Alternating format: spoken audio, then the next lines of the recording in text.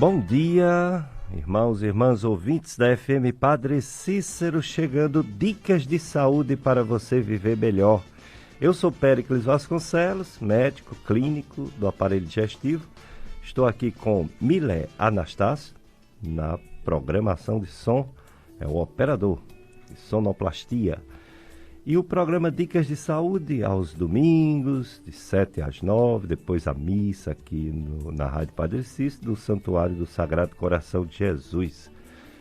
É um dia importante na nossa vida, pois é hoje que a Anvisa vai dizer se as 2 vacinas vão ser aprovadas para que quarta-feira inicie a vacinação para o coronavírus, pelo menos com uma vacina, né? Porque a outra houve um probleminha, ainda não vai começar. Mas tem aí 6 milhões, pelo menos, 6 milhões de doses de vacina para começar na quarta-feira no Brasil inteiro, na maioria das cidades do Brasil, também aqui no Cariri. Então, um dia importante, um dia que a gente tem esperança, né, de reverter esse quadro tão drástico dessa doença Covid-19 que está aumentando todo canto, né? Alguns lugares estabilizados e aqui no Cariri, que a gente estava tão bem, né? Começando a aumentar os casos também. Depois a gente vai atualizar os números da nossa região. Dicas de saúde sempre trazendo informações importantes para a população, para o ouvinte. Hoje nós temos nessa primeira parte do programa, um assunto muito importante que é a nutrição materno-infantil. Nós temos uma convidada já aqui conosco. Vocês podem nos assistir no Facebook, FM Padre Cícero 104,5. Aí você nos assiste. Ou pode nos ouvir na Rádio Padre Cícero. E participar pelo 3512-2000, você liga, faz pergunta, tira suas dúvidas, ou pode mandar mensagem por WhatsApp por esse mesmo telefone, 3512-2000. Está aqui conosco já a doutora Jéssica Albuquerque. Ela é nutricionista e ela veio falar sobre a nutrição materno-infantil, que ela é especialista em nutrição materno-infantil. Então, o tema de hoje é esse. Você pode participar. Nutrição para crianças e gestantes. Então, vou agradecer inicialmente a Jéssica Albuquerque, nutricionista, por ter aceito mais uma vez nosso convite. Obrigado e bom dia, doutora Jéssica. Bom dia, doutor Péricles. Bom dia, ouvintes. Eu que agradeço esse convite. É sempre um prazer estar aqui. Adoro. Me sinto muito à vontade. Que bom, né? A doutora Jéssica já veio outras vezes. Ela participou aqui do nosso Agosto Dourado sobre aleitamento materno. Fez algumas participações e ainda faz até hoje, né? Na FM Padre Cícero. Jéssica Albuquerque, nutricionista materno-infantil. Vamos começar perguntando para ela como é essa especialização. É uma nutricionista que se especializa em abordar gestantes e crianças, mas só bebês assim recém-nascidos? Como é ser uma nutricionista materno-infantil, doutora Jéssica? Bem, minha formação é em nutrição, né? E aí a especialização, a pós-graduação, no público materno-infantil, que consiste em eu atendo desde as tentantes, né, as mulheres que tentam engravidar na pré-concepção, as gestantes, também as mulheres que estão em aleitamento, né, principalmente a preocupação maior delas em relação ao peso, em relação à nutrição adequada do bebê recém-nascido. Também atendo as crianças desde a introdução alimentar até os adolescentes, até os 17 anos, né? Geralmente com foco na redução de peso, né? O ganho de massa muscular, mas até essa idade. Porém, meu público maior são as crianças, né, de 6 meses até os 10 anos, até 12, 13 anos. Entendi. Doutora Jéssica, em relação à alimentação, como é importante, tanto que há uma especialização dentro da nutrição para materno e infantil, o que uma mãe, o que uma mulher que quer engravidar, como você disse, a tentante, né, que ela tenta engravidar, ela tem que fazer uma alimentação saudável. O que seria essa alimentação saudável que vai ajudar ela a ter uma gestação com qualidade, sem problemas? No caso da tentante, a gente tem que estar muito alinhado com o ginecologista para identificar qual motivo ela não está conseguindo engravidar, né? Então, a partir daí, a gente tem o foco da alimentação, se é uma alimentação mais antioxidante, né? Se é por conta do peso, se é por conta da deficiência nutricional. Então, a deficiência, por exemplo, de zinco, de vitamina D, são coisas simples, mas que interferem diretamente na gestação. Então, a partir daí, a partir da identificação de qual problema, a gente vai partir para uma alimentação que vai suprir as necessidades dela, né? Mas, no geral, uma alimentação saudável é aquela composta por frutas, verduras, né? Redução de industrializados, redução de alimentos com agrotóxicos, que também interfere muito, redução de bebidas açucaradas, até o próprio doce também, excesso de gordura. Então, a gente tem que adequar a quantidade que aquela mulher necessita com a necessidade também de nutriente e de caloria, né, para ter um bom resultado. Muito bem, então vejam vocês que estão nos ouvindo como a nutrição é importante. Uma alimentação saudável, sem muitas guloseimas, como a nutricionista Jéssica Albuquerque está falando, sem muitas coisas doces, sem muitos refrigerantes, sem muitas gorduras, agrotóxico, alimentos sem procedência boa, confirmada, comer assim em qualquer local, quiosque, no meio da rua, lanchar, ter cuidado com essas coisas que podem não ajudar. A alimentação é importante. Quem não faz uma boa alimentação adoece muito mais. Tanto de doenças agudas, infecciosas, quanto de deficiências vitamínicas e minerais a longo prazo. O amigo ama em todos os momentos. O amigo é um irmão na adversidade. Provérbio 17:17. Faça parte do clube de amigos da Rádio FM Padre Cícero. Colabore com esta obra de comunicação da nossa região. Continue promovendo o bem. Fazendo seu cadastro, você está contribuindo como amigo da rádio. Você nos ajuda a levar uma programação que de todos os dias educa, evangeliza, informa e alegra. Saiba como ser um amigo da rádio ligando e enviando uma mensagem de texto ou voz em horário comercial para o WhatsApp do Clube dos Amigos 3512-5824 3512-5824. E você que já é amigo da rádio, nossa gratidão e que Deus abençoe cada vez mais você e sua família. Permaneça fiel. Sua oração e doação financeira são responsáveis por toda essa bênção que é a FM Padre Cícero para muitos corações e famílias. Clube de Amigos, juntos somos mais amigos. Hoje o tema, nutrição materno-infantil. Presença, nossa convidada, nutricionista Jéssica Albuquerque. Ela falou já a importância de uma boa alimentação para aquelas mulheres que desejam engravidar e estão tendo alguma dificuldade. O ginecologista tenta identificar qual o problema e encaminha também para a ajuda da nutricionista, uma alimentação saudável, rica em complexo B, ácido fólico, né? Que é um complexo, é um dos complexos das vitaminas do B, né? Isso. E é fundamental, né, para a mulher.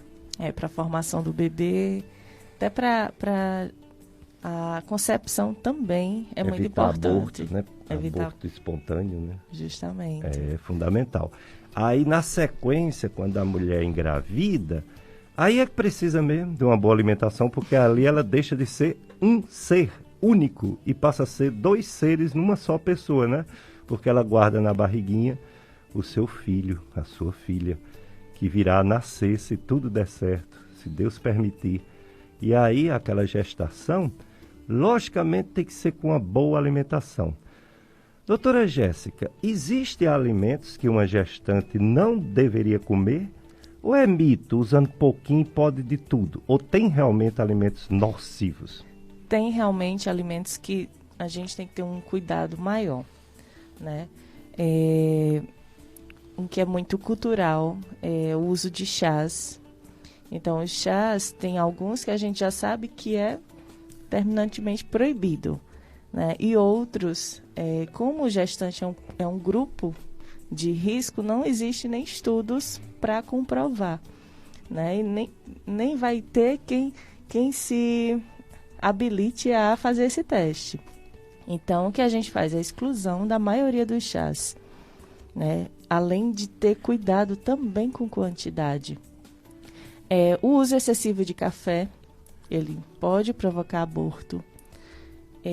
O consumo de alimentos crus, mal cozidos, mal higienizados, também deve ser evitado durante a gestação, justamente para evitar a contaminação e evitar algum tipo de infecção nessa gestante. O uso também de alimentos doces, né, o excesso de industrializado e de sal. A maioria dos industrializados, eles são ricos em sódio. E aí, a gestante, ela tem mais propensão de ter a pré-eclâmpsia, a diabetes gestacional, né, infecção urinária. Então, alguns alimentos, eles devem ser retirados e outros evitados. Muito bem, então é muito importante. Por isso que a gente escolheu esse tema para hoje e vamos falar ainda de uma coisa tão ou mais importante, dependendo da época, que é o aleitamento materno. O bebê nasceu, a criança chegou, a alegria na casa, a mamãe, o papai, todo mundo feliz. E aí, a alimentação desse recém-nascido, ela deveria ser o próprio leite da mamãe. Não é, doutora Jéssica? Isso. Ou há alguma tendência de mudança devido a esse corre-corre da vida ou alguma doença da mãe? O aleitamento é sempre a primeira opção, né? Hoje o que eu vejo em consultório é que a maioria, cerca de 95%, elas prezam pelo aleitamento.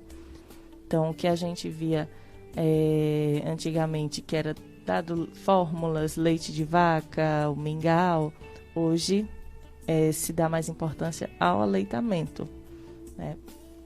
Eu também defendo muito essa questão do aleitamento e só deve ser reduzido com a introdução alimentar. E a redução é muito pouca. O bebê mesmo vai deixar de mamar em algumas ocasiões a mesma quantidade que ele mamava por conta da alimentação, né? E ao contrário do que muita gente pensa, muitas mães, né, criam a expectativa que logo após o início da introdução alimentar, no 6º mês, a criança já vai reduzir consideravelmente esse aleitamento. E não é isso que acontece. Não é isso. A criança só vai realmente reduzir muito, que a mãe vai começar a perceber por volta do 10º mês, que ela vai também começar a se alimentar melhor, começar a receber mais, aceitar melhor a comidinha, comer em maior quantidade. Mas para quem puder e quem conseguir né? Por conta do tempo, por conta até da própria demanda do leite. Tem mães que não têm essa produção, não conseguem por diversos fatores. Prefira sempre o aleitamento, né? Mas claro que para quem não conseguiu, não é menos mãe do que, claro, né, do que as que conseguiram. Tem que ter uma alternativa, né? Tem que ter uma alternativa, né? E a gente tem muita fórmula hoje. Claro que nenhuma se compara ao leite materno, mas já são fórmulas muito boas no mercado, fórmulas muito ricas, né? Ainda bem, né, que nós temos essas opções cada vez mais modernas e melhor.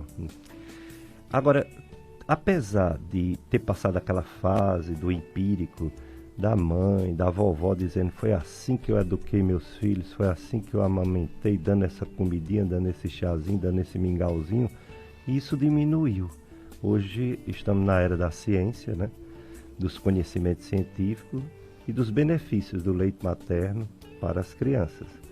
Mas aí vem o outro lado da moeda. Hoje estão amamentando até 1 ano, 2 anos, 3 anos. Porém, a gente sabe que após 6 meses não é suficiente. Tem que ser introduzido outros alimentos. Não é isso, doutora Jéssica? Isso.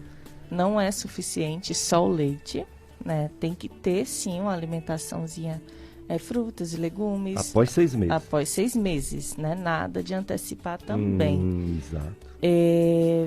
Mas é como eu falei, a criança mesmo, ela vai começar a reduzir, né?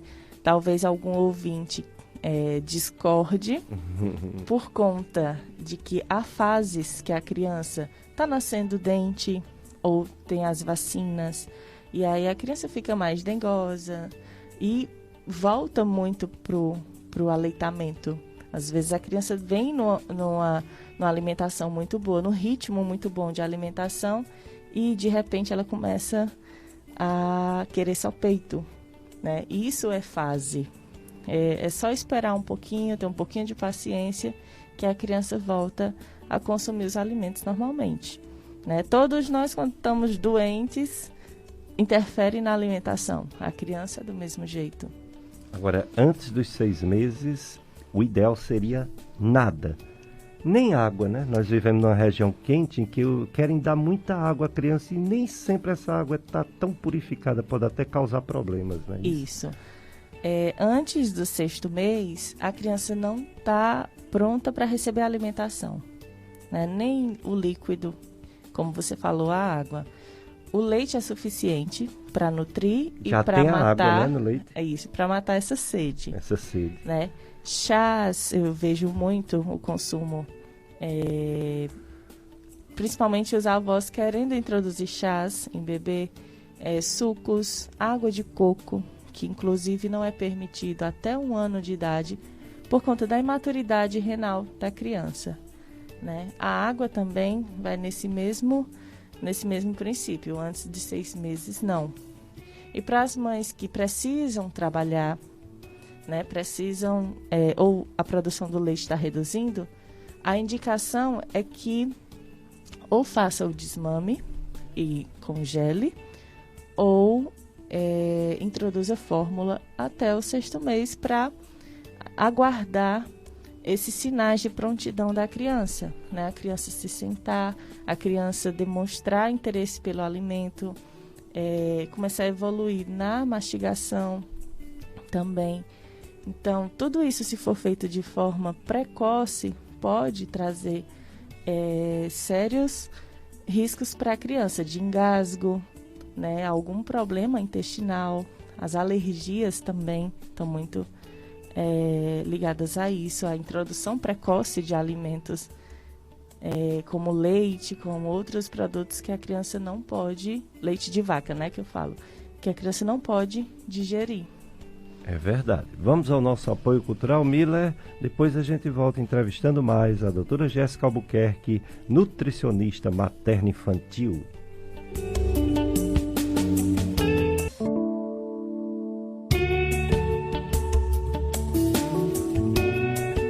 Dicas de saúde na FM Padre Cícero. Eu sou Péricles Vasconcelos, sou médico, apresento esse programa desde o tempo da rádio comunitária Padre Cícero. Hoje é FM Padre Cícero, a rádio que educa e evangeliza. E Mila Anastácio está aqui comigo. Ele é o operador da sonoplastia e é também o telefonista, né? Você pode ligar, fazer sua pergunta à nossa convidada, a doutora Jéssica Albuquerque, nutricionista materno-infantil. Você pode participar pelo telefone 3512-2000, pelo WhatsApp, e também você pode indicar para as pessoas que está agora mesmo ao vivo no Facebook, viu? FM Padre Cícero 104,5. Você nos assiste ao vivo e depois ainda fica gravado, viu? Fica gravado o programa. Temos também outros meios de assistir o programa em outros horários. Nós temos os canais de YouTube, temos o canal Dicas de Saúde em podcast e temos o Gastroclínica Vasconcelos Podcast, em que você assiste esses programas, todos ficam gravados. Você assiste em outro horário, né? Horário com mais calma, mais tranquilidade. Não precisa acordar cedinho para assistir ao vivo. E também temos o site clubesintonia.com do radialista Tony Santos. Tony Santos, meu compadre, meu amigo, radialista daqui da FM Padre Cícero. Ele tem esse site clubesintonia.com e ele grava os últimos programas e fica para você assistir a hora que você quiser no site clubesintonia.com. Hoje, assunto nutrição materno-infantil. A doutora Jéssica Albuquerque está falando sobre a importância da alimentação para as gestantes e também para os bebês, para as crianças. Ela acabou de falar sobre o aleitamento materno, fundamental, único alimento até os 6 meses, a não ser que haja um grande problema que a mãe não possa amamentar. E falou também dos erros alimentares, de água, de chás. Sobre os chás, eu sou médico de fígado e eu sei como o chás pode agredir o fígado de algumas pessoas. Imagina os bebezinhos, hein? Então vamos ter muito cuidado com chás. Até chás bem conhecidos, viu? Antigamente a gente dizia, o chá de boldo da folha verde pode, não tem problema. O chá de boldo do Chile, da folha roxa, cuidado. Pois o pessoal misturou, agora faz a plantação deles misturado. Então não tem mais como diferenciar. Portanto, chá de boldo em grande quantidade passou a ser perigoso. Como é perigoso o chá de hibisco, chá de cabacinha, chá verde, espieira santa, cáscara sagrada, confrei. Esses chás podem agredir o fígado. Imagina um bebezinho, né, usando. E também alguns remédios podem agredir o fígado, como o excesso de paracetamol. A criança com febre, aí a mãe dá umas gotinhas de paracetamol. Ele não é muito bom para febre, ele é melhor para dor. Para febre é melhor de pirona. Então com paracetamol demora a baixar a febre, aí a mãe dá de novo. Aí não baixa a febre, aí dá de novo. Aí dá uma dose que pode causar uma hepatite fulminante. Então, ter cuidado com o remédio e ter cuidado com os chás. Doutora Jéssica, aí a criança está crescendo. Já passou de 6 meses, já passou de 1 ano, já passou de 2 anos. Ora, se for deixar ela mandar nos pais, ela quer doce, ela quer bombom, bala, chocolate, só coisa doce. Como fazer? Como conseguir uma boa alimentação para uma criança pequena? Você falou uma coisa que é o que eu observo muito nos dias de hoje, essa questão do mandar, né? Existe muita seletividade alimentar. Meu filho só quer comer isso e aquilo. Só que o que eu percebo muitas vezes é porque é o que ele prefere comer e os pais dão apenas aquilo. Né? Essa permissividade excessiva. E se brincar é o que os pais gostam também, né? Justamente. Então, existe sim a doença da seletividade, que aí já é uma doença psicológica, já tem que realmente ser tratada por uma equipe multidisciplinar, que a criança ela fica com fome, mas ela não come de forma alguma aquele tipo de alimento. Ela tem um bloqueio por algum motivo e não consome. Só que o que eu observo muito é que tem crianças que preferem alguns alimentos, é o que elas têm e é o que elas vão continuar consumindo, né? Então, até o pai ou a mãe ou o cuidador até a hora dele não se impor e dar um basta nisso, né? Começar a oferecer outros tipos de alimento, os alimentos que realmente devem ser consumidos, a criança não vai mudar o perfil alimentar. Isso leva muito tempo. Eu sempre aviso os pais que não é para ter essa ilusão de que foi para a consulta hoje, vai receber o plano alimentar e amanhã depois vai estar com a criança comendo de tudo. Isso não acontece, eu não faço esse milagre, né? Mas que eu tento abrir as portas, né? Abrir a mente de outras opções, da forma como deve ser oferecido esse alimento. Isso aí é o que eu faço para ajudar esses pais. E por que hoje em dia essa seletividade está tão alta, tão grande, né? Por conta justamente dessa ausência dos pais. Então, a alimentação é terceirizada, né? A falta de paciência também, muitas vezes, não em todos os casos, eu vejo muitos pais muito pacientes que tentam de todas as formas, todas as preparações, mas a criança também ela deve ser estimulada para ter essa curiosidade em experimentar, em conhecer outros alimentos, que muitas vezes elas nem têm a vontade de experimentar. Então fica mais difícil ainda elas aceitarem, né, os novos alimentos. Também. É verdade, realmente, mas os pais têm a obrigação, né, de oferecer o que é mais saudável e não deixar as crianças dominarem, né? Se eles perderam as rédeas, não conseguem educar, não consegue impor o que é melhor para seus filhos, está na hora de pedir ajuda, psicólogo infantil, né, para ajudar a conduzir o problema, que tem mães que se desesperam, choram quando os filhos não comem o que ela quer e só come guloseima. Então está na hora de pedir ajuda a alguém e não se desesperar. Comunicado do Colégio Salesiano, matrículas e retornos das aulas. Desta semana, nesses dias, o Colégio Salesiano está desenvolvendo um plantão de matrículas de segunda a sábado, em horário comercial, para melhor atender a você que ainda não garantiu sua vaga para o ano 2021. Informamos ainda aos pais, fundamental e médio já iniciam agora, né? Semana que vem, amanhã, hoje. Não, hoje é domingo, é amanhã. Amanhã, dia 18, hoje é dia 17.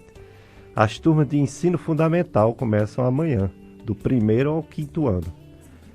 E depois de amanhã, as turmas do ensino fundamental 2, que é do 5º ao 9º ano, na terça-feira. Então amanhã, do 1º ao 5º ano, dia 18.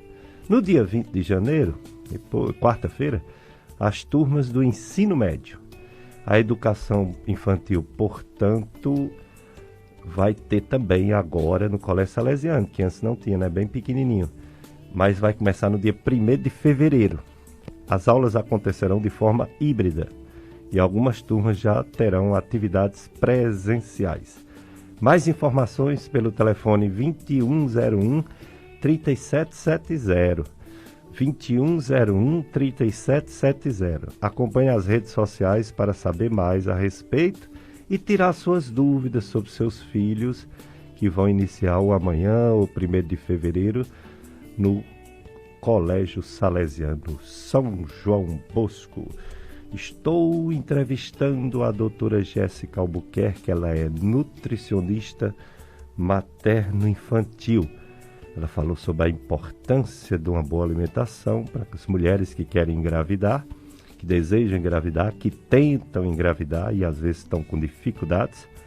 Falou sobre a alimentação da própria mulher quando já está grávida, né? Já com o bebezinho no ventre. Falou sobre os primeiros dias de vida da criança, do leite materno, aleitamento, que deveria ser exclusivo, a não ser em situações muito especiais, muito fora do comum. E falou também, e vai falar agora também, sobre as crianças maiores. As crianças que já passaram de 1 ano, 2 anos, 3 anos, 5 anos, pré-adolescentes. A questão dos alimentos, porque as nutricionistas, eu já fui ajudado para perder minha barriga e graças a Deus perdi uma boa parte dela com a ajuda nutricional. Mas às vezes, quando a gente começa, a gente estranha um pouquinho. É como se a nutricionista fosse vegetariana. E quem não gosta de carne, né? Muita gente, eu acho que a maioria das pessoas gosta de carne, né? Quando eu digo carne, é galinha, é peixe, é porco, é carne de gato também. E a gente tem uma maior dificuldade no comecinho. Depois é interessante, o paladar da gente começa a se acostumar e a gente vai aceitando melhor aquelas folhas, comer folha igual a passarinho, comer folha. Doutora Jéssica, não é verdade não, né? A nutricionista não é obrigatoriamente, ela pode ser como sentido de vida, mas ela não só ensina a alimentação vegetariana, pelo menos a nutricionista de uma forma geral, né? Cada nutricionista, como a gente tem vários estudos, várias vertentes, então cada um faz aquilo que acredita, né? Aquilo que ele vê resultado. Então tem os nutricionistas que focam aí no frango e na batata doce, né? Tem sim a nutricionista funcional, que aí ele já inclui alimentos funcionais, né? Mais alimentos, além dos alimentos já conhecidos, grãos, farinhas, né? Esse tipo, óleos saudáveis. Mas assim, cada um tem o seu modo de trabalhar. Vai também do público que atende. No meu caso, eu não tenho como ser radical se eu atendo crianças, né? Ou se eu atendo gestantes que estão numa fase de muito enjoo, muita azia, sono. Então, eu sempre procuro utilizar alimentos que já estão no hábito alimentar, já estão no dia a dia, né? Alguns realmente têm que ser retirados, dependendo do hábito alimentar desse paciente, mas eu tento ajustar quantidade, a qualidade, a forma de preparo vai influenciar muito na qualidade desse alimento também, né? A gente vê um exemplo básico, são as carnes. A diferença de uma carne assada para uma carne frita, em termos calóricos, é muito grande. Então, só em você melhorar o modo de preparo, você já consegue tornar o alimento mais saudável. Além disso também, um plano alimentar muito radical, ele não consegue se estender por muito tempo, né? Então, eu sempre prefiro começar aos poucos e ir evoluindo com objetivos, né? Primeiro a gente retira isso, melhora aquilo, aumenta isso. Então, para depois, numa segunda consulta, a gente realmente começar a ser um pouco mais incisivo, dependendo do objetivo do paciente. Em relação aos grandes distúrbios de nutrição, que passa a ser até casos médicos, como a obesidade e a desnutrição, a gente vê pré-adolescentes, ou mesmo adolescentes, adultos jovens, bem magrinhos, né? que as mães, os pais ficam desesperados. E outros que, ao contrário, né? Bem obesos. É um problema, como eu falei, médico, um problema às vezes até que extrapola a questão da nutrição. Mas a nutrição pode ajudar bastante porque entende o teor calórico de cada alimento, né? Existe a alimentação própria desses casos, né? Isso, justamente. Vai muito do hábito alimentar, né? O hábito de vida. O fator genético também influencia, né? Apesar de hoje a gente saber que tem como reverter essa situação, mas para umas pessoas vão ser mais fáceis e para outras mais difíceis. Quanto à obesidade ou até a desnutrição, a gente tem como, sim, ajudar perfeitamente com a nutrição, né? Com a reeducação desses hábitos, com o ajuste de calorias, com a distribuição adequada dos alimentos na quantidade, nos horários ideais, né? Nos horários corretos, para que a gente atinja a adequação, né? Para os mais gordinhos, reduza esse peso, né? Buscando também a qualidade de vida, e para os magros demais, né? Que chega ao seu peso ideal, até para a questão de desenvolvimento, né? Isso, quando acontece na infância, interfere muito no desenvolvimento da criança. Então é importante observar a qualidade dessa alimentação. Porém, eu já atendi diversas vezes crianças que estavam não abaixo do peso, mas bem próximo à linha, né, de baixo peso, só que a alimentação era muito boa. E aí a gente tem também que ter um olhar para identificar se isso não seria o fator genético, né? E aí eu não posso modificar muita coisa porque já era muito bom a alimentação do paciente. Doutora Jéssica, nessas orientações que a mídia dá, televisão, rádio, revistas, tudo, o pessoal está consciente de que tem que fazer uma alimentação saudável. Os pais querem isso para seus filhos. Os filhos podem até não querer, mas terminam entrando no ritmo familiar. E os exercícios físicos, né? Que é bom tanto para quem está acima do peso, como também quem está abaixo do peso, porque aumenta o apetite, desenvolve a musculatura. E as crianças têm muita energia, querem correr, brincar, pular. E os pais que precisam fazer exercício acompanham as crianças. De uma forma geral, o que é que pode a criança comer antes do exercício físico?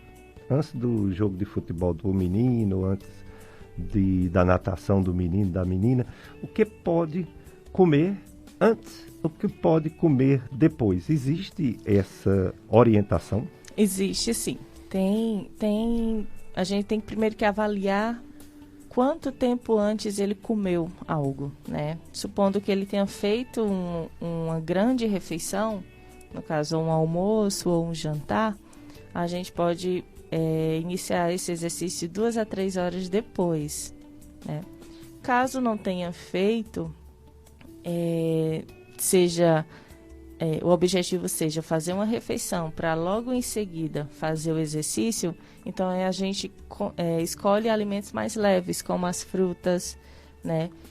Alimentos ricos em carboidratos também, pães, a própria tapioca, só que tem que avaliar muito bem a quantidade, para ser uma quantidade que não cause mal-estar nessa criança, nesse adolescente, né, por conta do excesso, e nem cause mal-estar por conta da escassez de energia, né? Mas, no geral, tem que ser alimentos de uma digestão rápida e fácil, né, para uma liberação de energia rápida, se ela for feita próximo ao exercício, né? Se for feita muito perto do exercício. Caso seja as grandes refeições, não precisa ser tão próximo ao exercício, não. Entendo. Né? Arroz, feijão. Isso. Doutora Jéssica Albuquerque, estamos chegando ao final da nossa conversa, mas eu gostaria que você falasse onde você atende quando as pessoas precisarem de sua ajuda profissional, endereço, local, dias que você atende para o pessoal ficar sabendo. Pronto, eu atendo atualmente em 2 lugares. Atendo lá na Clinifácil, que fica no Pirajá, na Rua dos Franciscanos, na Ailton Gomes. Na Ailton Gomes. E eu atendo também no Espaço Aprender, que fica na José Andrade de Lavô, aqui pertinho do shopping, pertinho da Receita Federal. O contato tem no meu Instagram, das 2 clínicas, para marcação de consulta também, pode ir lá no meu Instagram, que é o @Jéssica Albuquerque Nutri. Além do contato, eu também faço alguns vídeos informativos, né? Algumas enquetes, tem receitinhas também, né? Tem muito conteúdo no Instagram. Então, quem quiser acompanhar, é só procurar no Instagram Jéssica Albuquerque Nutri. Muito bem. E suas considerações finais sobre quem luta com seus filhinhos que dão um pouquinho de trabalho para comer, o que fazer? Considerações finais, né? É não esperar muito, né? Quando notar a dificuldade, já procurar um profissional. E isso eu aconselho para qualquer tipo de problema na saúde, né? Para a gente não procurar só nos finalmente. Talvez nem tenha, não é o caso da nutrição, mas talvez em alguns casos já pode ser até tarde demais, né? Então, principalmente no caso de obesidade e de seletividade, não esperar muito, porque quanto mais tardio, mais complicado e mais difícil da gente tratar. É possível, graças a Deus, mas se torna mais longo o tratamento. Muito obrigado, doutora Jéssica Albuquerque, nutricionista materno-infantil, por tudo que você falou para os ouvintes da FM Padre Cícero. Vamos ver se dá tempo, Miller? Vamos ver, chegou uma pergunta para a doutora Jéssica, que já estava se despedindo. Mas tem uma perguntinha aqui para ela responder. Eu só não estou encontrando o Skype, Miller. Deixa eu ver se eu encontro aqui. Parece que não está instalado, Miller, o Skype. Então manda no WhatsApp, que fica mais fácil, né? Não. Que eu não estou conseguindo abrir. Ah, tá aqui. Pronto. Deixa eu ver se abre. Vamos ver quem sai primeiro, o Skype ou o... Saiu o Skype. Então, bom dia, doutor Pérez, bom dia. Todos que fazem o programa Dicas de Saúde, ouço todos os domingos, que Deus os abençoe. José Sinésio de Barbalho. Obrigado, José Sinésio. Muito obrigado pela sua audiência. E outra pessoa diz, obrigado pelo excelente programa, doutora Jéssica. Cozinhar ovo de capoeira, depois de bem lavado. Pode utilizar a água do ovo cozida em sopinha para o bebê? Eu acredito que ele esteja falando isso por conta do cálcio contido na casca do ovo, né? O que a gente sabe é que esse cálcio ele não é biodisponível. E o que seria isso? Apesar de ser realmente cálcio, ele não é absorvido pelo corpo humano, né? Então, não há necessidade dessa preparação. Você pode fazer com água normal, né? Sem ser necessário ser a água desse ovo cozido para a sopinha do bebê. Muito bem, pois mais uma vez obrigado, doutora Jéssica. Vamos ao nosso apoio cultural e daqui a pouco a gente volta com outra entrevista. Vai ser sobre o Janeiro Verde, câncer de colo do útero. Daqui a pouquinho. Dicas de saúde na FM Padre Cícero, estamos voltando. Quem está ligando o rádio agora, eu sou Péricles Vasconcelos, médico clínico e do aparelho digestivo. Chama gastroenterologia, né? E o programa Dicas de Saúde sempre promovendo saúde e seguindo as campanhas nacionais sobre conscientização de doença. Esse mês de janeiro, várias campanhas, entre elas, Janeiro Verde Piscina. Verde Piscina deve estar cheio de lodo, né? Que o piscina bonita é azul, né? Mas é assim o nome da campanha. Verde Piscina. Câncer de colo de útero. Câncer de colo uterino, câncer cervical. Nossa convidada já está aqui, a doutora Weidiane Guedes. Então, doutora Weidiane Guedes é ginecologista, obstetra. Doutora Weidiane ela é graduada pela Universidade Federal de Campina Grande, Paraíba. Ela fez residência médica em ginecologia e obstetrícia pelo Hospital Geral Roberto Santos, em Salvador. É preceptora da FAMED, Faculdade de Medicina, UFCA. Bom dia, doutora Weidiane Guedes. Muito obrigado por ter aceito nosso convite. Eu que agradeço, doutor Péricles. É um prazer para mim. Bom dia a todos os ouvintes da FM Padre Cícero. Bom dia, doutor Péricles. E vamos falar sobre um assunto super importante na vida das mulheres, né, que é o câncer de colo uterino, o temido câncer. E um dos principais causas de câncer na mulher, né? A gente sabe que o câncer de colo uterino, ele só perde para o câncer de mama e o câncer coloretal, tá? Na vida feminina, no caso. Então, é de extrema importância as medidas de prevenção, né? E a gente está sempre atenta aos cuidados e às suas visitas ao ginecologista. O câncer de colo do útero, ela é responsável por uma grande campanha nacional do SUS, chamado de preventivo, né? O pessoal chama prevenção, aí lembra logo desse tipo de tumor.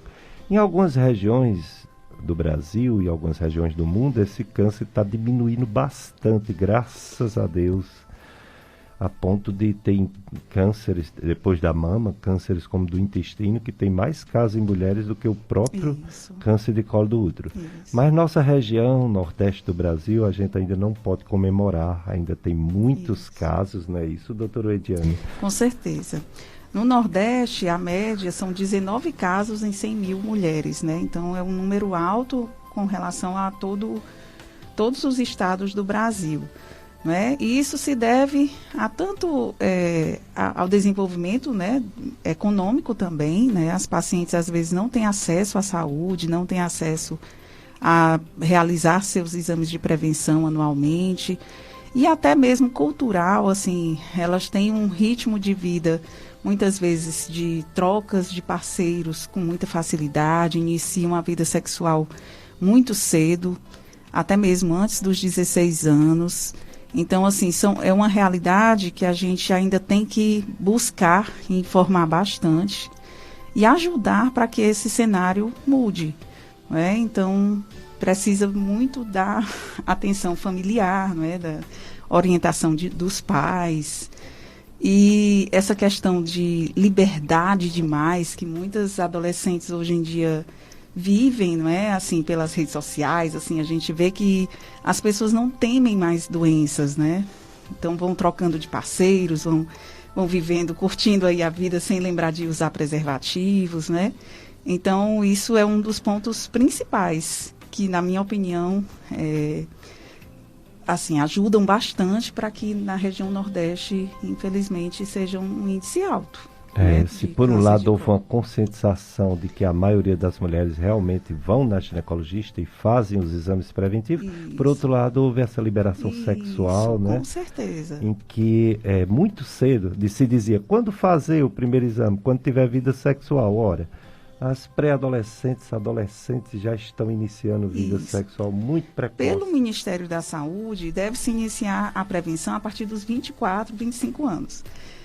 Assim, é impossível a gente orientar dessa forma, porque realmente as meninas começam muito cedo.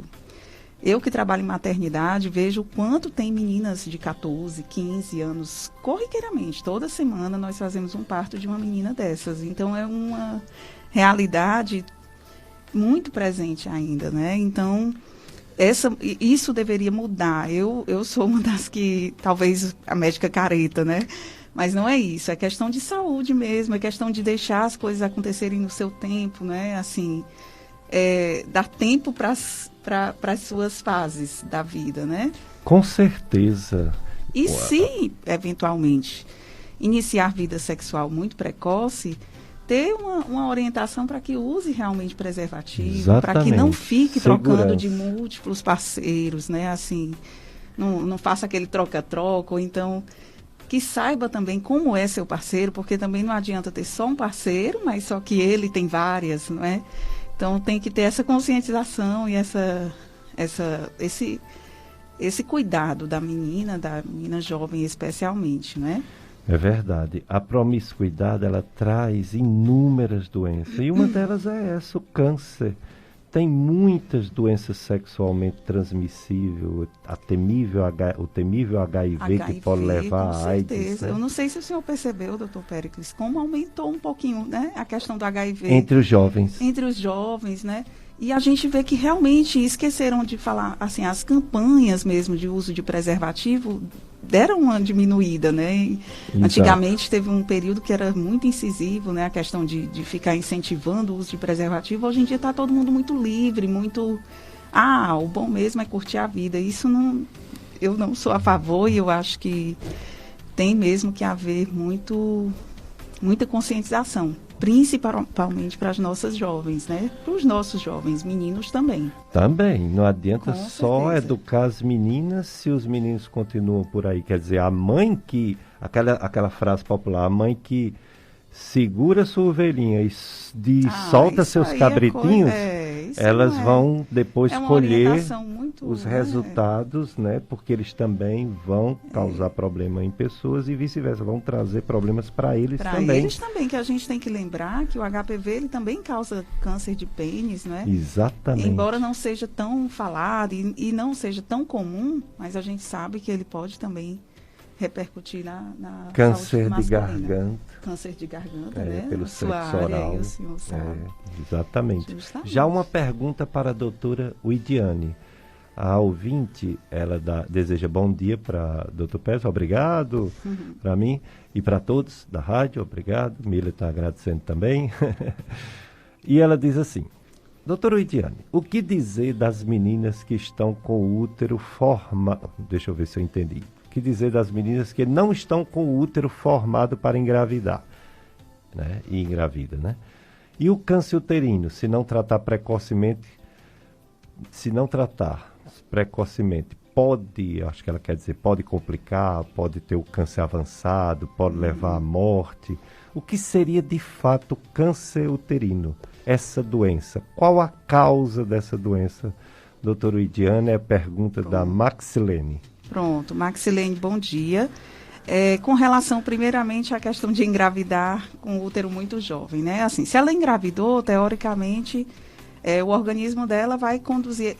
É uma gravidez de alto risco, né? Em meninas muito jovens, a gente sabe disso, mas pode prosseguir, né? Dependendo, a não ser que seja uma situação de estupro, a paciente tem o direito de realizar aborto, né? Não sei nem o que dizer, se é infelizmente, mas ela tem esse direito, tá? Com relação ao câncer, o câncer de colo de útero, ele não é uma situação que surja imediatamente, então ela demora. Geralmente tem lesões pré-cancerígenas, que elas evoluem entre 8 e 10 anos para se manifestarem. Então, por isso, quem inicia vida sexual ativa muito precoce, deve também iniciar as medidas de prevenção precocemente.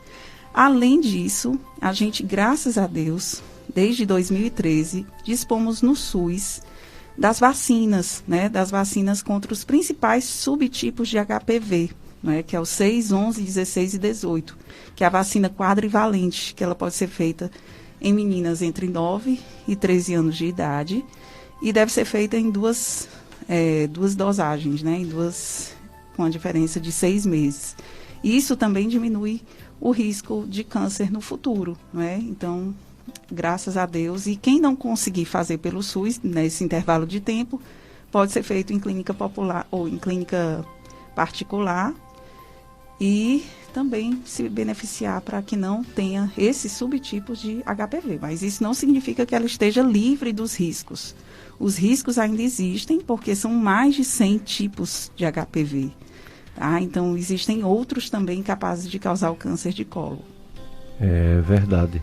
Doutora Idiane, em relação a, vamos dizer assim, o sistema público mesmo, o SUS, ele, nesse tempo de pandemia, continua atendendo normalmente ou ainda está, porque houve aquela parada meses atrás, foi liberado ou já está ainda com dificuldade de atender? Péricles, a questão do SUS, né, a gente sabe que tem muitas deficiências, infelizmente, né, independente de pandemia.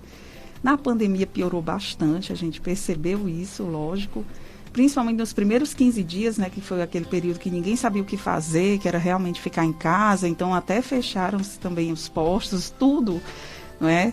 E depois voltaram a funcionar, mas atualmente, teoricamente, é para estar funcionando normal, não é? Fazendo as prevenções das pacientes. Infelizmente, o que a gente observa, quem trabalha em serviço público sabe como demora o resultado dessas prevenções. Muitas vezes as pacientes não conseguem nem pegar os resultados. Eu tenho pacientes no meu consultório particular que a gente pergunta, que dia foi que você fez? Não, eu fiz há 2 anos no meu posto de saúde, só que no meu posto nunca me entregaram. Então, a gente nem considera que foi feito, porque se não tem resultado, não dá para a gente saber se estava normal ou não, né? Então, infelizmente, assim, a gente sabe que a deficiência do SUS é muito grande, mas teoricamente é para estar funcionando normalmente a questão das medidas de prevenção de câncer de colo. Deveria funcionar, mas nem sempre, né? Isso. Vamos para mais uma pergunta. A pessoa diz assim: a tia do meu esposa, a tia do meu marido, que está com um tumor no útero. Provavelmente, né, o mais frequente é o de colo de útero. Isso. E ela está inchada da cintura para baixo. Esse inchaço, doutora Idiane, é do tumor? Pode ser do tumor? Essa questão de tumor no útero, o útero ele é composto pelo corpo uterino, pelo colo do útero, né? E tem a trompa uterina e tem também os ovários, né? Então, tumor no útero, a gente não sabe se ela quer dizer se é um mioma, que é bem mais comum, né? A gente sabe que cerca de 70% das mulheres vão desenvolver algum mioma na vida, tá? E a questão desse inchaço da cintura para baixo, se for um mioma, até o mioma ele tem a capacidade, dependendo do seu tamanho, de comprimir certas estruturas, de dificultar também a circulação sanguínea e provocar mesmo edema de membros inferiores, tá? Mas, assim, por essas informações, a gente não tem como saber se realmente é de câncer de colo, ou tumor de colo do útero, né? Geralmente, o tumor de colo, ele é bem silencioso, ele demora muito a repercutir, assim, sistemicamente, a não ser que esteja num estágio muito avançado, né? Porque ele começa a se espalhar para os tecidos adjacentes, tá? O diagnóstico, doutora Idiane, ela é sempre, a gente escuta muito falar sobre o diagnóstico citológico, né? O Papa Nicolau. Quando que precisa fazer a colposcopia? Sempre precisa desse complemento ao exame de secreção? Pronto. Ou são casos especiais que precisa fazer os dois, se só um já é suficiente para diagnóstico? Pronto. A questão de prevenção, né? Então, assim, a citologia oncótica, que é a mesma prevenção, né? Esse exame de prevenção do câncer de colo, ela é realizada tanto no serviço público por enfermeiras, como quem não quer o serviço público vai para uma ginecologista, certo? A questão de realizar colposcopia ou não vai depender tanto do exame no momento, se a médica que está realizando já vê uma lesão suspeita, uma imagenzinha esquisita no colo, ela já pode indicar a colposcopia, tá? Ou então se a citologia der alterada, certo? Se vier assim, ascos, né? Uma lesão indeterminada, você indica fazer uma colposcopia. Se vier lesão de baixo grau, indica realizar colposcopia com biópsia, tá? Então, sempre vai depender do exame no momento, do médico que está avaliando, ou então do resultado da própria citologia oncótica. Porque a biópsia é na colposcopia, né? Isso, A biópsia... citologia oncólica não é ainda a biópsia. Não, a citologia é só aquele examezinho da escovinha e da espátula, certo? É o exame básico que a gente fala. A colposcopia não, precisa ser realizado por um ginecologista capacitado, não é? Ela é realizada através de um equipamento chamado colposcópio, que ele aumenta a imagem várias vezes, geralmente 16, 20 vezes, tá? Podendo fazer com que nos direcione a biópsia, né? Daquela lesão específica alterada. Mas tá? existem casos que só nesse exame mais superficial, sem a biópsia, já faz o diagnóstico e devido à demora de conseguir a colposcopia, já faz o tratamento cirúrgico ou não? Pronto. Isso vai depender de quem esteja acompanhando. Assim, no serviço público, a gente não tem como fazer isso, né?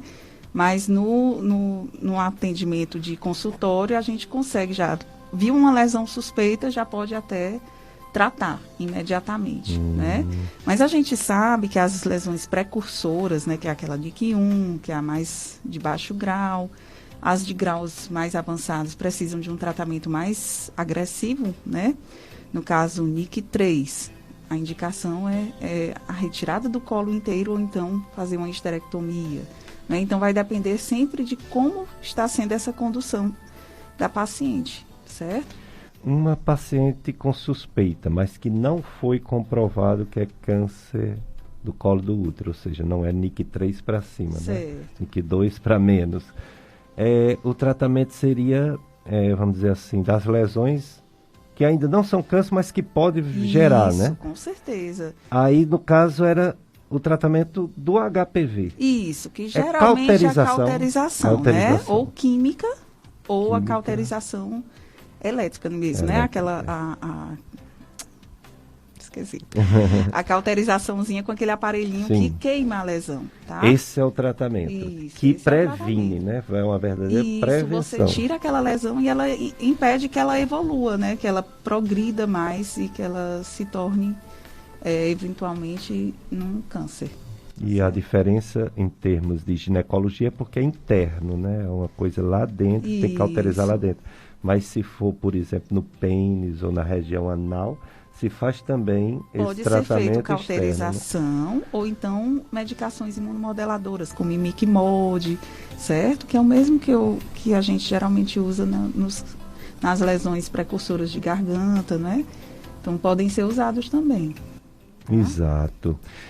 O preventivo, a prevenção, que é o uso da camisinha, é realmente a melhor forma de prevenir as doenças. Mas a gente não é inocente de achar que uma pessoa jovem, uma pessoa que está com vida sexual ativa, ela usa direitinho, ou quando usa, e se usa no sexo oral. Ou seja, claro que a gente incentiva e tem que incentivar, mas a gente sabe que pode acontecer, né? Pode acontecer a contaminação, né? Com certeza. E a consciência mesmo, a gente sabe que não é fácil, né? A questão de principalmente os meninos, né? Quando começa no auge da emoção, muitos não querem usar o preservativo. Ah, não, é só uma vez. Não, nunca... Eu só tenho você, né? Mas isso tem que ser um hábito, tá? Realmente, principalmente se você não é casada, né? E se você tem um relacionamento firme com alguém, use preservativo, não é? Sempre que puder, né? Sempre. Os outros fatores, porque sem dúvida o principal é isso. O HPV é doença sexualmente transmissível. Mas, por exemplo, a questão genética, familiar, uso de cigarro, a imunidade baixa, isso pode influenciar também? Sim, com certeza, né? A gente sabe que a questão hereditária não é tão forte, né? Porque esse tipo de câncer é um câncer causado por um vírus, né? Então, assim, cerca de 99,9% dos cânceres de colo é causado por o vírus HPV. Então, ele é transmitido via sexual, tem que ter um relacionamento. Então, assim, se sua mãe teve, não obrigatoriamente você vai ter, né? A não ser que tenha sido transmitido pelo parto, mas geralmente é mais comum lesões na garganta, quando é transmitido via parto normal, tá? Com relação a tabagismo, o tabagismo ele tem um índice, assim, é um fator de risco importante, porque ele tem a capacidade de mudar as células, né? Assim, mudar o DNA das células. Então, é um fator de risco importante. Aquelas pacientes que fumam têm mais predisposição a adquirir essas lesões cancerígenas. Entendo, Então, o principal mesmo é a contaminação. Vamos ao nosso apoio cultural, Mila Anastácio. Depois a gente volta tirando dúvidas, fazendo perguntas. A doutora Weidiane, que é ginecologista obstetra, doutora Weidiane Guedes. Você pode participar 3512-2000 fazendo sua pergunta, WhatsApp, fazendo sua pergunta sobre a campanha Janeiro Verde, Câncer de Colo Uterino. Dicas de Saúde FM Padre Cícero, a rádio que educa e evangeliza. Eu sou Péricles Vasconcelos, médico. Estou aqui com Mila Anastácio, operador de som, conduzindo o programa Dicas de Saúde. Hoje o tema é a campanha Janeiro Verde, Câncer de Colo do Útero. E nossa convidada, a doutora Weidiane Guedes. Ela é ginecologista obstetra, é preceptora da UFCA, né, da Faculdade de Medicina FAMED, e veio falar sobre essa campanha Janeiro Verde, Câncer de Colo Uterino. Ela já falou sobre a transmissão, né, sexualmente transmissível, o vírus HPV, papiloma vírus, é um vírus muito frequente, não quer dizer que todo mundo pega ele vai desenvolver câncer, mas existe essa possibilidade. Falou sobre o diagnóstico do exame preventivo, a secreção, Papa Nicolau, a colposcopia para biópsia. Falou do tratamento dos casos iniciais. E vamos perguntar agora dos casos avançados. Doutora Weidiane, uma mulher descobre que tem câncer de colo do útero, diagnosticado, avançado. Como é esse tratamento? Pronto. Nós ginecologistas, né, orientamos, né, avaliamos e estadiamos essa lesão e encaminhamos para o oncologista, tá? Porque o tipo de cirurgia é diferente. Ele deve avaliar a questão dos linfonodos adjacentes, a questão das lesões de metástases que podem acontecer também. Geralmente são metástases de órgãos adjacentes, né, os paramétros, reto, bexiga, tá? Mas isso são casos extremamente avançados que precisam realmente de um tratamento mais rigoroso e muitas vezes só medidas paliativas, que às vezes não tem mais aquela cura, né? Então, mas são medidas paliativas que melhoram a qualidade de vida da paciente e programam assim para melhorar a questão da sobrevida também, certo? Tem alguma relação o câncer de colo de útero com o câncer de mama ou são causas totalmente diferentes e não há um risco de uma pessoa ter os dois? O risco de ter os dois pode até existir, assim, na questão de ter a predisposição genética do câncer de mama e ela eventualmente pegar esse vírus HPV através da via sexual. Mas, assim, ligação direta entre os dois não há, tá? Mas são cânceres extremamente que as mulheres realmente devem sempre se cuidar com o acompanhamento anual com seu ginecologista ou mastologista também, né, associando os dois. O comportamento de risco, da promiscuidade, o sexo sem preservativo, o sexo com múltiplos parceiros são chamados os fatores de riscos, né? De risco. Mas houve uma época em que se dizia que as mulheres que têm útero, elas teriam que ter muito cuidado em relação à reposição hormonal. É em relação ao câncer de colo do útero ou é o outro câncer? Não é o do colo geralmente, do útero? Houve um estudo que associou a questão do uso de hormônios com o câncer de mama, né? E endométrio a gente sabe que também tem relação, certo? Né? Isso, principalmente endométrio. Mas assim, hoje em dia já se sabe que eles não causam o câncer de mama, tá? Então, assim, muitas mulheres têm esse medo. Lógico que quem tem alguma lesão precursora de mama, A gente não vai prescrever hormônios, porque geralmente eles são hormônios dependentes, certo? Mas não são eles que irão causar o câncer de mama, no caso. Então, esse estudo já foi bem esclarecido de que foi um pouco controversa a forma de captação das informações e do acompanhamento. E hoje se sabe que o uso dos hormônios não causam o câncer de mama, tá certo?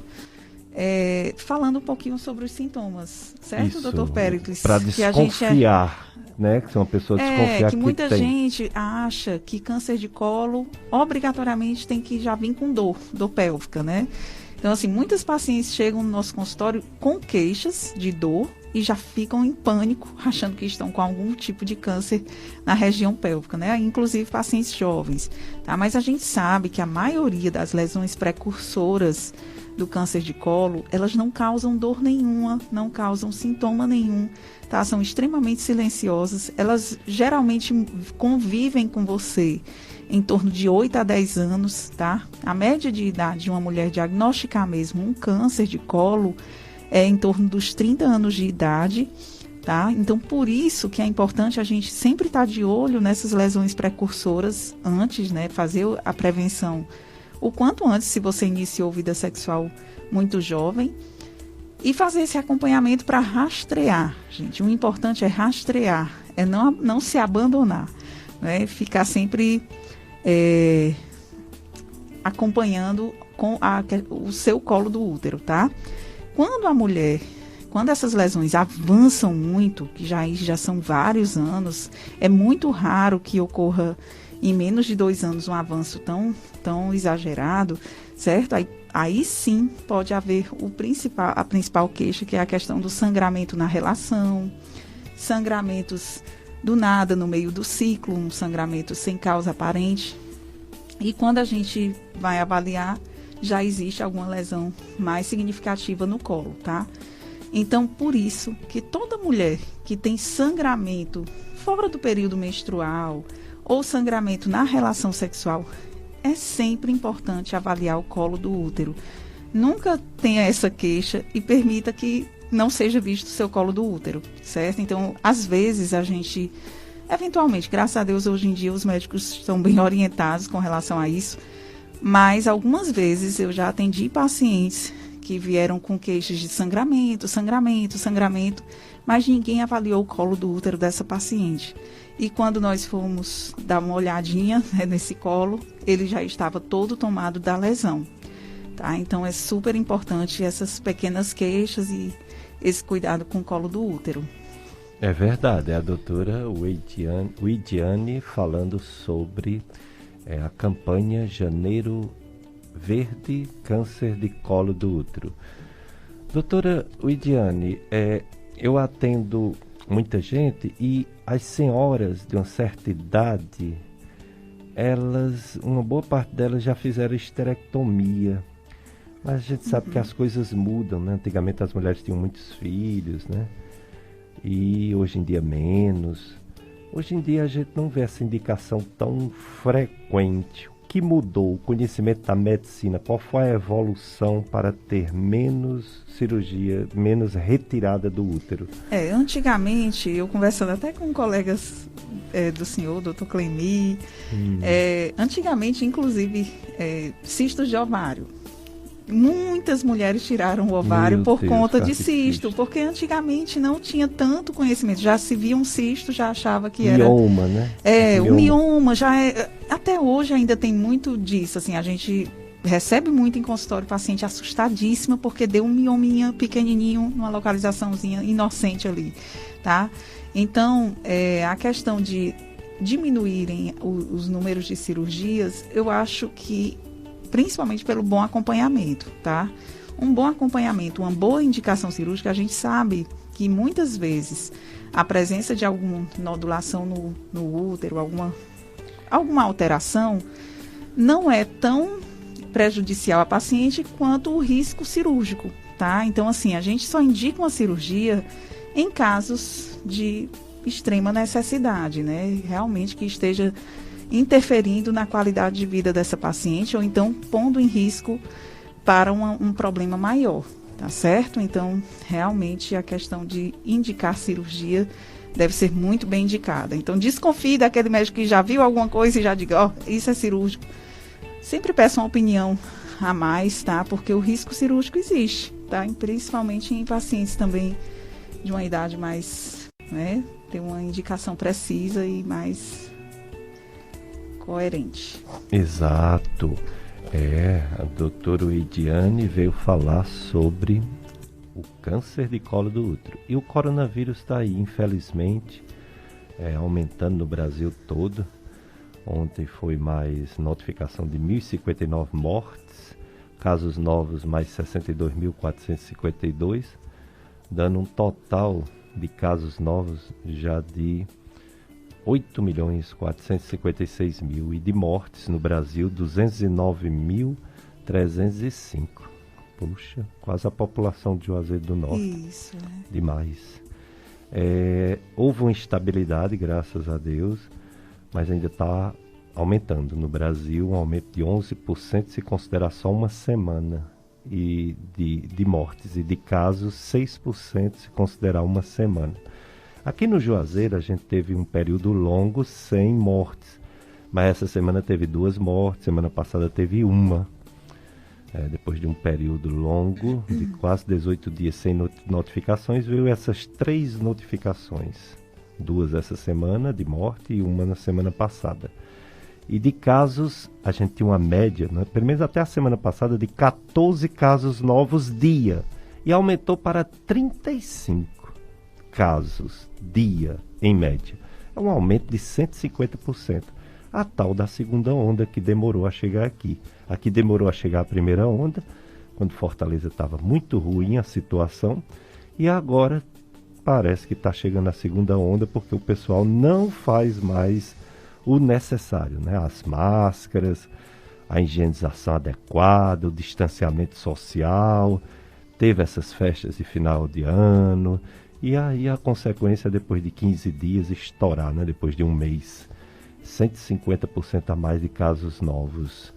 No estado do Ceará houve, depois de um período muito complicado da segunda onda, houve uma espécie de estabilização. A média de morte em todo o estado por dia são 10 mortes, semana passada eram 18, então diminuiu um pouquinho. E também o número de casos novos, esse não diminuiu não, foi para aumentar um pouquinho. 1.238 dias, semana passada era 1.181, então foi para aumentar um pouquinho. Em relação às vacinas, que é a nossa esperança, hoje é o dia da Anvisa atender ou não, atender o pedido de uso emergencial. Não deu certo os 2 milhões de doses da vacina da Oxford para começar. Vamos começar com o Coronavac mesmo. Melhor do que nada. Vamos para frente. Vamos tomar todo mundo para compensar. E 6 milhões de doses para o início. Parece pouco, mas é um bom início. Porque se vacinar os profissionais de saúde, profissionais, pessoas de mais de 75 anos, as que têm mais de 60 anos com alguma doença importante, né? Os indígenas que não têm imunidade, já é um bom início. E se Deus quiser, em maio, em junho, a gente vai ver o impacto da diminuição das mortes e dos casos. A intenção é agora, né? Dia 20 de janeiro, né? Agora, no quarta-feira. País todo, né? Se hoje a Anvisa concordar com o Coronavac, os 6 milhões de doses já estão disponíveis. E vai começar aqui no Juazeiro. Já chegou os malotes, já chegou as seringas. Quarta-feira, se Deus quiser, no Brasil todo começa essa vacinação. Né?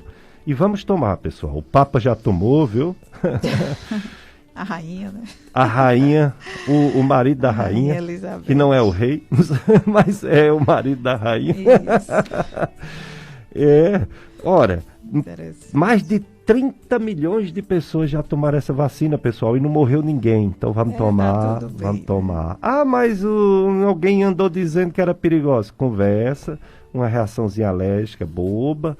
Quem mata é o vírus, não é a vacina, não. Vacina é a nossa esperança. Vamos tomar para virar esse jogo, porque a gente está perdendo de goleada, viu? Esse jogo, matando nossos parentes. Eu perdi uma prima, como eu já disse aqui na rádio. Dói muito perder um parente, perder um amigo, meu amigo que faleceu agora há pouco. Eu senti muito, né? O Normando, os meus filhos moraram com os filhos de Normando em Fortaleza. E a gente é muito amigo, triste, muito amigo, mas a gente vai se encontrar no céu, Normando, com certeza. E vamos se vacinar, porque ninguém quer ir antes do tempo não, né? A gente quer se vacinar para... Tem muito a se fazer ainda, né, doutor Péricles? Tem muita coisa, não podemos antecipar a morte de ninguém. E a condição agora é todas as pessoas que puderem se vacinar, para que quando atingir 50%, 60%, né? 60%, 70%, haver uma imunidade coletiva. Né? Edileide, bom dia, Edileide. Ela diz assim: doutora Weidiane Guedes, você é muito boa, generosa, atenciosa. Que linda. Fazia tratamento da minha endometriose quando ela estava no Hospital São Lucas. Sempre me assistiu muito bem. Que Deus abençoe, doutora Weidiane. Que linda, Edileide. Obrigada, viu? Prazer lhe acompanhar. Infelizmente, eu atendia no São Lucas pela FMJ, mas precisei sair por motivos de força maior, mesmo para dar assistência aos meus filhos, né? Para quem não sabe, eu tenho 2 filhos. Eu me organizo muito para dar assistência a eles e ao meu trabalho, ao meu esposo também. E para quem é mulher sabe que não é tão fácil essa vida, não é? E estou grávida de novo, em primeira mão aqui na rádio. Parabéns, vou falando aqui para todos. Que maravilha. Estou muito feliz, vou ser mãe de 3. E obrigada por sempre estarem comigo. Eu sou muito feliz pelas pacientes que eu tenho. Tenho muita sorte de ter sempre pessoas especiais na minha vida. Nos dias de hoje, uma pessoa ter 3 filhos é um presente muita coragem, de Deus. Né, doutor? É coragem e é bênção. É bênção, porque mas é uma bênção. É uma mistura de medo que algumas mulheres, alguns casais têm, com problemas de saúde, problemas, doenças autoimunes. E assim, no auge de uma pandemia, né? Assim, no momento que eu soube da gravidez, foi uma gravidez meio que planejada, mas não tão planejada. Mas a gente fica muito assustada, né, por conta da situação que a gente encontra mesmo no mundo.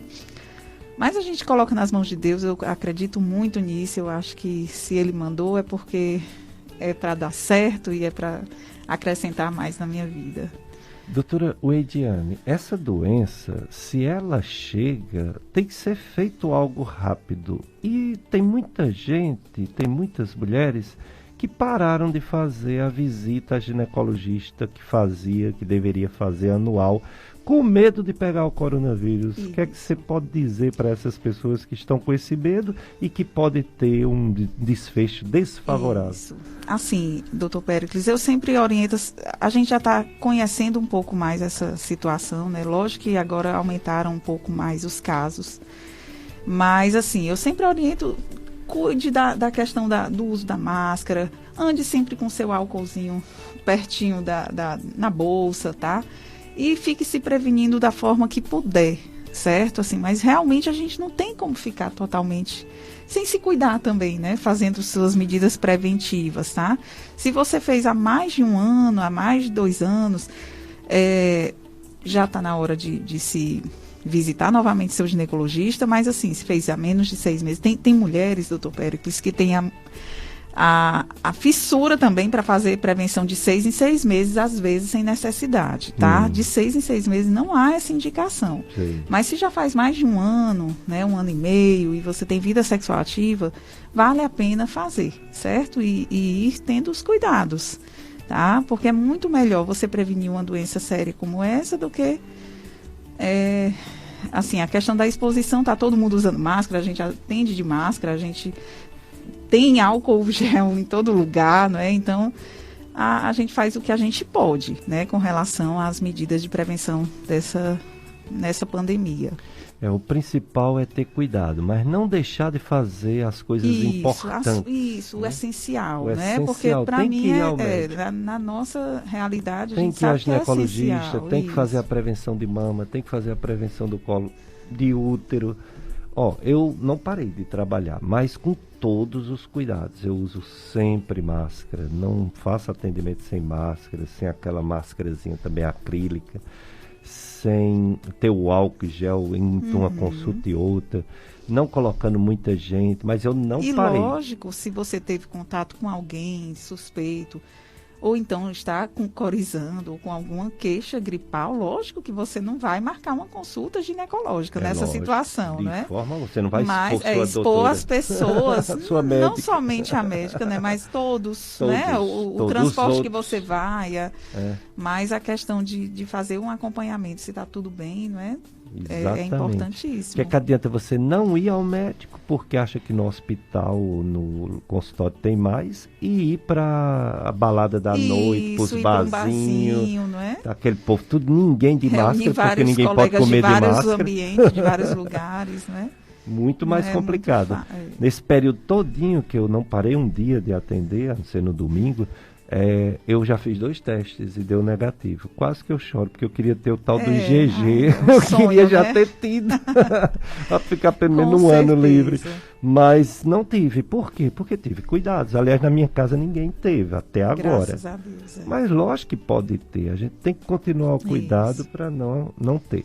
Doutora Eidiane, e no geral, na sua especialidade de ginecologia, qual é outro problema, outra doença, até muito mais frequente que colo de útero, que você gostaria de alertar para as mulheres que estão ouvindo agora a rádio, ou assistindo a gente no Facebook, de se cuidar? Qual é a doença assim, mais frequente que você atende no seu dia a dia? No nosso dia a dia, a gente tem muita queixa, principalmente de sangramento, né? A questão dos miomas, que muitas pessoas, por mais que a gente fale que nem sempre mioma é um problema, elas têm esse drama com mioma, né? Esse medo de engravidar com mioma. Até mesmo porque já ouviram alguns casos de problemas mais sérios, tá? Então, assim, o acompanhamento ginecológico, eu acredito ser essencial na vida da mulher em vários sentidos, tá? Tanto para ela expor os seus medos, como também ser avaliada, tá? Questão de corrimentos, existem vários tipos de corrimentos. Tem os corrimentos que são super benignos, né? Que são aqueles corrimentos fisiológicos que nós falamos, que são aqueles branquinhos, sem odor, sem mau cheiro nenhum e sem coceira, tá? Mas existem outros que provocam muita coceira, que já causam uma coloração diferente. Então, assim, buscar ser avaliada para ser vista mesmo, para excluir outras patologias, né, outras bactérias que possam prejudicar, inclusive na fertilidade da mulher, que é o caso da clamídia. Então, algumas mulheres às vezes têm clamídia e não sabem e podem até ser prejudicadas com relação à infertilidade, que é uma das bactérias que podem causar infertilidade na mulher. Exatamente. Certo? Doutora Eidiane, muito obrigado por ter aceito nosso convite. E quando uma pessoa quiser falar com você, tirar dúvidas, fazer uma consulta, onde você atende? Pronto, eu atendo no Dr. Center, é o meu local de consultório mesmo. Eu atendo às segundas, terças e sextas, tá? E pode ser marcado tanto pelo Doctors 3115.000 ou pelo WhatsApp 992277268, certo? Então, assim, podem me acompanhar no Instagram, eu sou a diva das lives. Eu gosto muito de interagir com os seguidores no Instagram, a gente tenta passar o máximo de informações que a gente puder por lá. Fazemos lives junto com o Dr. Johnny, que são meus sócios, Dr. Johnny e doutora Sara. E é sempre um prazer ter as pessoas junto com a gente, podendo ajudar o máximo de mulheres aqui do Cariri. Obrigado, doutora Eidiane. E eu que agradeço o espaço, viu, doutor Pérez? Um prazer conhecer o senhor. Parabéns pelo seu trabalho, pela sua história de vida, tá?